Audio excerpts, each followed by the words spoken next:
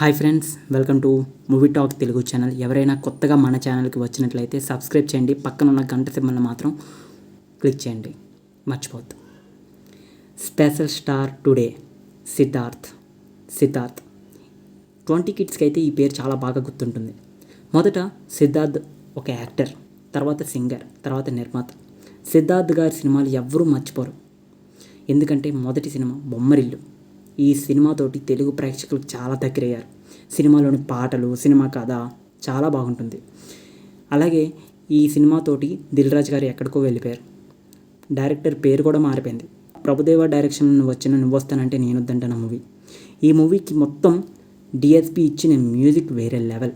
Siddharth and Srihari గారి acting చాలా బాగుంటుంది. ఈ సినిమాలోని కొన్ని సీన్స్ అయితే ఇప్పటికీ మేమర్స్ తెగ వాడుతున్నారు. ఈ సినిమా ఒక అండర్ రేటెడ్ మూవీ, కానీ పాటలు మాత్రం ఇప్పటికీ చాలామంది వింటారు. సినిమాని రిలీజ్ చేసిన తర్వాత మళ్ళీ హిట్ చేశారు, ఆ తర్వాత విషయం. కానీ ఈ సినిమాలో హీరోయిన్ మాత్రం మణిరత్నం తీసిన అంజలి సినిమాలో నటించిన బాలనటి బేబీ ఫ్యామిలీ ఈ సినిమాలోని హీరోయిన్ కింద నటించింది. సినిమాలోని సిద్ధార్థ లుక్స్ చాలా బాగుంటాయి. ఈ సినిమా షూటింగ్ మన భీమిలీ బీచ్ అలాగే ఆర్కే బీచ్లో జరిగింది.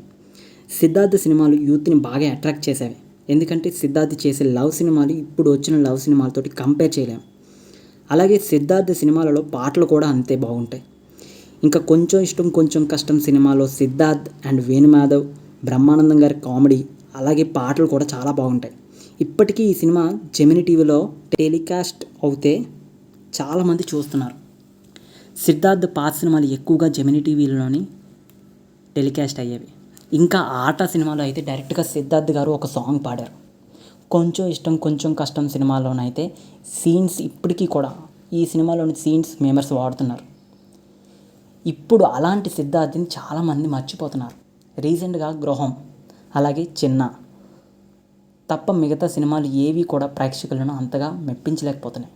ఒకప్పుడు సిద్ధార్థ్ సినిమా అంటే మినిమం గ్యారెంటీ. ఇప్పుడు సిద్ధార్థ్ సినిమా వచ్చిందని తెలియడమే కష్టమైపోతుంది. టక్కర్ సినిమాకి చాలా పెద్ద ప్రమోషన్లు చేశాడు, కానీ థియేటర్కి వెళ్ళి సినిమా చూస్తే నిరాశపరిచింది. సిద్ధార్థ్కి తెలుగులో అవార్డ్స్ రాలేదు, కానీ సిద్ధార్థ్ చేసిన హిట్ సినిమాలకు కూడా ఒక్క అవార్డు కూడా రాలేదు. అదే నాకు ఒక చిన్న బాధ. కానీ చిన్న సినిమాకి మాత్రం సిద్ధార్థ్ చేసిన పని గ్రేట్ జాబ్. ఆ సినిమాని తెలుగు స్టార్స్ చూసారో లేదో నాకు తెలియదు, ఒక్కరు కూడా సపోర్ట్ చేయలేదు. ఈ సినిమాకి సిద్ధార్థ్ నిర్మాతగా మారి చిన్న సినిమాని తెలుగులో ఏషియన్ సినిమాస్ వారు రిలీజ్ చేశారు. పెద్దగా ఆడలేదు, యావరేజ్. కానీ తమిళంలో కానీ ఈ సినిమా చాలా బాగా ఆడింది. అవార్డు కూడా వచ్చింది బెస్ట్ యాక్టర్ కింద చిన్న సినిమాకి.